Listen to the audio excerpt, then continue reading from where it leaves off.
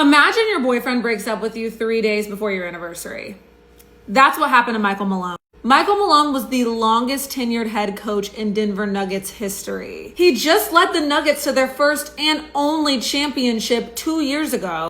He won them more than they've ever won before. And he's the Lakers' daddy.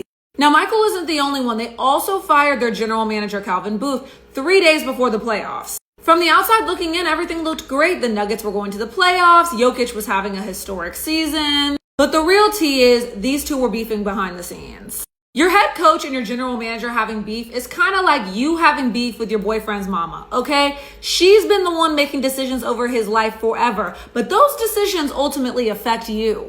Calvin sought younger, fresher talent, while Michael wanted to work with seasoned veterans. You like your man's style as it is, comfy, classy, classic, whereas his mom wants him to wear newer, fresher, trendier stuff. And honestly, she had a pretty good eye for it, but that caused a lot of friction between you two.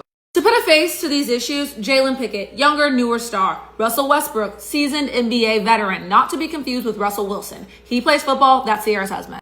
Recently, Jokic had a historic, really amazing game, and Russell Westbrook fucked it all up and fumbled the bag, to be honest. The general manager was dismayed that Michael Malone left Russell Westbrook in these final minutes of the game and didn't put in Jalen Pickett.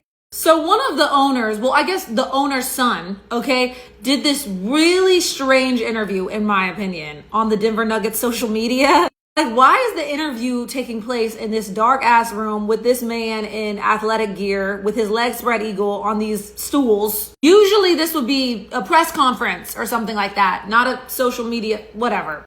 He made it sound like there was some real tea going on behind the scenes that we don't know about, because he was talking about there were some really big red flags that we were ignoring because we were winning, and I want to squeeze as much juice as we possibly can out of this season. I don't want to have an early playoff exit. Basically, your man didn't want to have a good anniversary date with you and then have to stay with your ass, so he dumped you 3 days before. And he didn't want to hear his mama talking about I told you so he cut her off too.